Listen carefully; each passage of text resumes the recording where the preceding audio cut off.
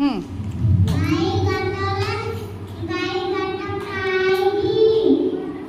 ହଁ ହଁ ଭଲ ହେଉଛି ହଁ କୁହ। ଏ ଚିତ୍ରଟାକୁ ଦେଖିକି କୁହ।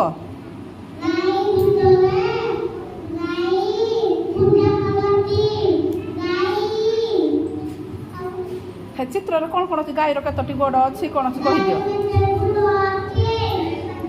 କେତୋଟି ଗୋଡ଼ ଅଛି ଗଣିଦେଲ ଟିକେ।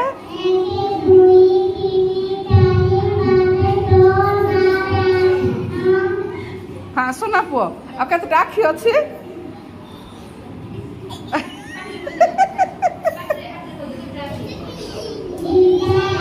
ହଉ କେତୋଟି କାନ ଅଛି? କେତେଟା? ଏ ବାପା ଦିଟା। ହଁ ଆଉ କ'ଣ ଅଛି? ଗାଈ କ'ଣ ଖାଏ?